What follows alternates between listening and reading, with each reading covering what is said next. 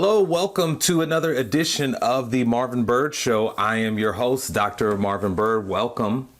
So glad that you're here. You know, as leaders, here we believe that teachers are leaders, and the great leaders out there, they understand the importance of thinking ahead, of anticipating.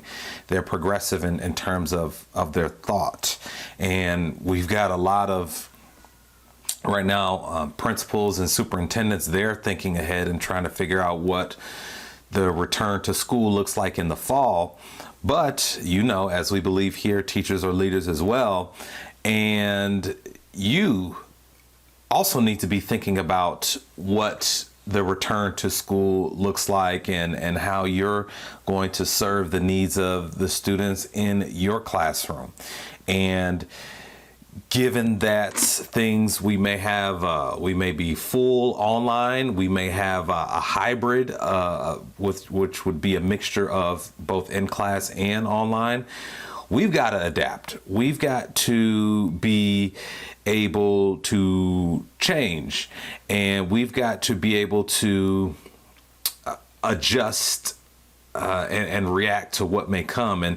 And what allows leaders to be able to kind of see things before other people see them is that they're always thinking about the future. They're always thinking about the future. Yes, they're in the present. Yes, they're focused on executing well, but they're also thinking about the future, because the future is coming.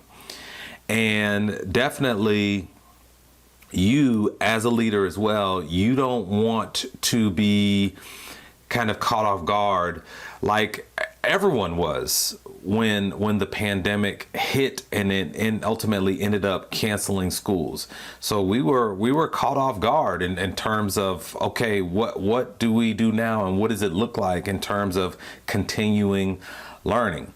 So now that we've had this unfortunately canceled like the last quarter of school, we understand what some of the things are being said about it and possibly a second wave. So it's our responsibility to be planning for and thinking about what that looks like in the fall. Now, understand this. Yes, there are, superintendents, assistant superintendents working around the clock now to kind of figure out what that looks like. But that doesn't mean that you as a teacher who's also a leader, that doesn't mean that, there's no work for you to do as well. So, definitely I want to encourage you, enjoy your family, enjoy, the time that you have off during the summer. If you are taking off, enjoy that time. But also, I'm encouraging you to be thinking, spend some time thinking about the fall and how you're going to adjust and what you're going to do if you are required to do a hybrid or if you're doing full online learning. Because just imagine the challenges that you will face in terms of building a rapport with students if we begin online. So there's a number of challenges there, and leaders, in order to meet new challenges, they're always thinking ahead. So I want to encourage you to do that, and I hope that you and your family are safe wherever you are, and I thank you so much for listening. Today, I want to talk about change. I want to talk about change. In the formal leadership meetings with principals, assistant superintendents, we talk about change a lot. And the reason we talk about change is because change is important. When you study the movement of an organization, or let's be more specific, when you study the data that the students are producing, that data is supposed to speak to you and tell you, this is a good idea and this is not such a good idea. And as a result, it's important to be willing to embrace change, because change is necessary. It's absolutely necessary.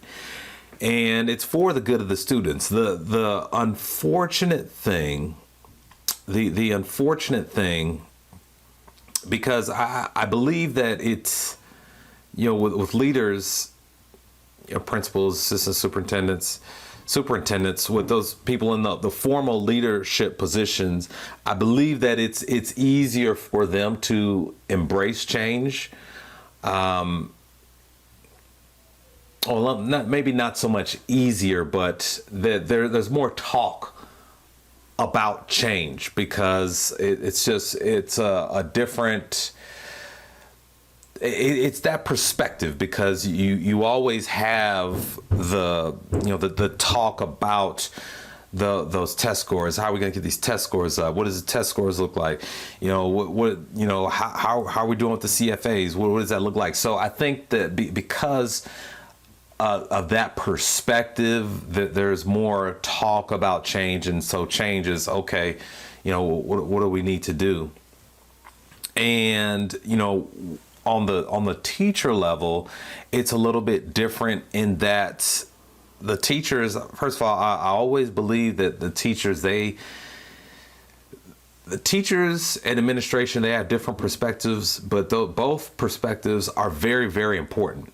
They're very important. And, I believe that principals, superintendents, they shouldn't implement a change without first consulting with the teachers to understand what the execution is going to look like. So what I've noticed throughout my career is that, yes, people in formal leadership positions, that they'll talk about change a lot. And they're open to change, and they're bringing a lot of things to the table, and so do teachers as well. Don't get me wrong. But I think what happens in those formal leadership conversations is they'll be so passionate about an idea, and see, this is something that's said, from the leadership position, is that, is so and so, are they willing to change? And I think that along with that comes a bit of manipulation in order to get people to go along with a change that they don't necessarily agree with. And I think that can cause some friction sometimes, because you have, people in administration, yes, they're focused on this goal, they're focused on this data, and they want to get here, and they come across these different ideas, and they think, oh, this looks good, this may work, well, we'll see, let's try this. And then on the other side, you have teachers who have a different perspective, but it's important. And perhaps they feel a different way about it because they know the students. They're there with the students each and every day. And so what looks like being resistant to change, it's not resistant to change. It's only, I have another idea, because perhaps this might not work for the students, because I'm with the students each and every day. And so I've got some concerns. And I think often and this is what happens when you have, poor communication between teachers and administration.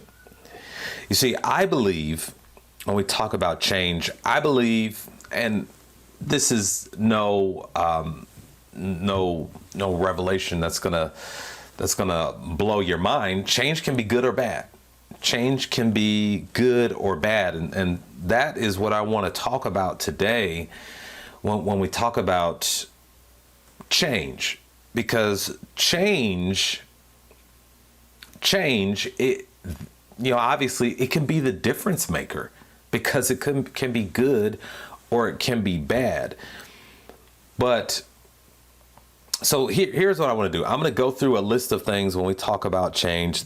Change can be good or bad. So here are the things that make change really, really, really, really good. So change is good when, obviously, number one, it puts the students first. Change is good when The students are the number